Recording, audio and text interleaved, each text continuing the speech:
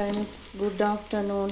இன்றைக்கி வந்து நம்மட வீட்டில் வந்து பார்த்திங்கன்னா சிக்கன் கறி பின்ன குஸ்கா தான் பண்ண போகிறேன். ஏன்னா என்னோடய சிஸ்டர் வந்து ஊர்லேருந்து வந்திருக்கா. அவளுக்காக நான் ஸ்பெஷலாக வந்து சமைக்கிறேன். ஒவ்வொரு நாளும் ஒவ்வொரு டிஷ். அவளுக்கு ரொம்பவே பிடிக்கும் சிக்கன். கேரளா ஸ்டைலில் இந்த சிக்கன் கறி எப்படி வைக்கணும்னு நான் உங்களுக்கு சொல்லித்தர்றேன். ஃபஸ்ட்டு ஆயில் ஊற்றி சபோலையை நல்லா இளக்குங்க. நல்லா இளக்கணும் சபோலையை ஒரு பாத்திரத்தில். அதுக்கப்புறம் நல்லா சபோலை இளக்கி வந்ததுக்கப்புறமா நீங்கள் இந்த ஜிஞ்சர் பேஸ்ட்டு, இது வெளுத்துள்ளி, உள்ளி, இஞ்சி பேஸ்ட்டு ஆட் பண்ணிக்கோங்க. ஆட் பண்ணிவிட்டு நல்லா இளக்கிட்டு 2 இலக்கு இறக்கினா போதும். ஓடுறது சபோலை நல்லா நமக்கு ஒரு ரெட் கலர் மாதிரி மாறணும். அது மாதிரி வந்துடுச்சு. பின்ன சபோலை தான் நல்லா இளக்கிடுங்க. இளக்கி முடிச்சுட்டு அதுக்கப்புறம் வந்து இதில் வந்து தக்காளி ஆட் பண்ணிக்கோங்க. 2 தக்காளி நான் ஆட் பண்ணியிருக்கேன். 2 தக்காளி தான் நான் ஆட் பண்ணியிருக்கேன். அதுக்கப்புறமா இது எல்லாமே நல்லா இளக்கி கொடுங்க. இளக்கி முடிச்சுட்டு கேரளா சிக்கன் மசாலா பொடி தான் நான் எடுத்துருக்கேன். இதுதான் எங்களோட கேரளா சிக்கன் மசாலா பொடி. இது ஒரு 5 ஸ்பூன் நான் ஆட் பண்ணுறேன். எல்லாம் ஆட் பண்ணிக்கோங்க. பின்ன இது மெயினாக வந்து இந்த கேரளாவுக்கு வந்து நாங்கள் இந்த சிக்கன் மசாலா பொடி இல்லாமல் நாங்கள் ஆட் பண்ணுறது வந்து கரம் மசாலா பொடி. இதில் எல்லாக்குள்ள ஸ்பைசஸும் போட்டு அரைச்சேன். வீட்டிலையே நான் அரைச்சது தான் இந்த கரம் மசாலா பொடி. கொஞ்சம் ஆட் பண்ணிக்கோங்க. அதுக்கப்புறமா இதில் நான் சொன்னேன்ல, மெயினாக நமக்கு தேவைப்படுறது வந்து இந்த காஷ்மீரி மிளகு பொடி. இந்த காஷ்மீரி மிளகா பொடி வந்து இதில் ஆட் பண்ணிக்கோங்க.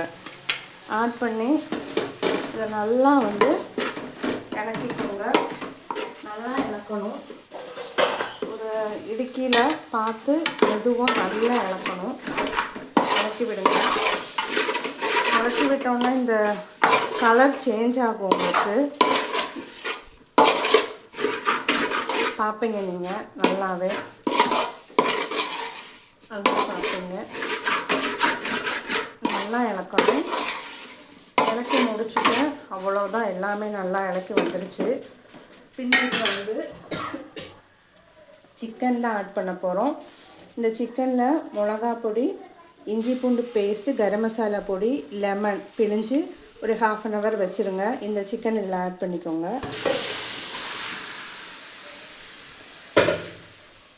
ஆட் பண்ணி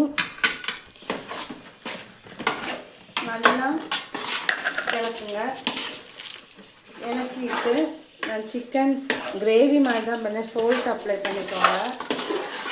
உங்களுக்கு தேவையான அளவு சோல்ட் அப்ளை பண்ணிவிட்டு நல்லா இளக்குங்க. இளக்கிட்டே இருக்கணும். இந்த சிக்கனில் எல்லா மசாலாவும் ஆட் பண்ணணும். நல்லா ஆட் பண்ணி வரணும்.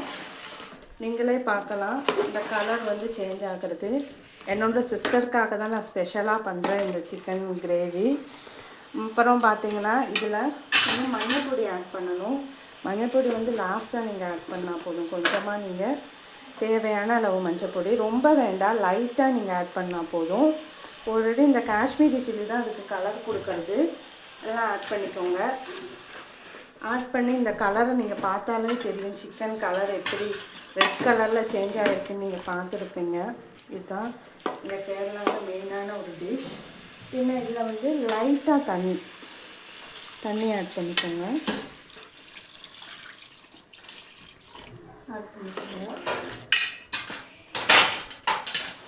இன்னும் இதுக்கு வந்து மெயினாக வந்து பார்த்தீங்கன்னா நீங்கள் பார்த்துருப்பீங்க எவ்வளோ கலராக அழகாக இருக்குதுன்னு பார்த்துருப்பீங்க.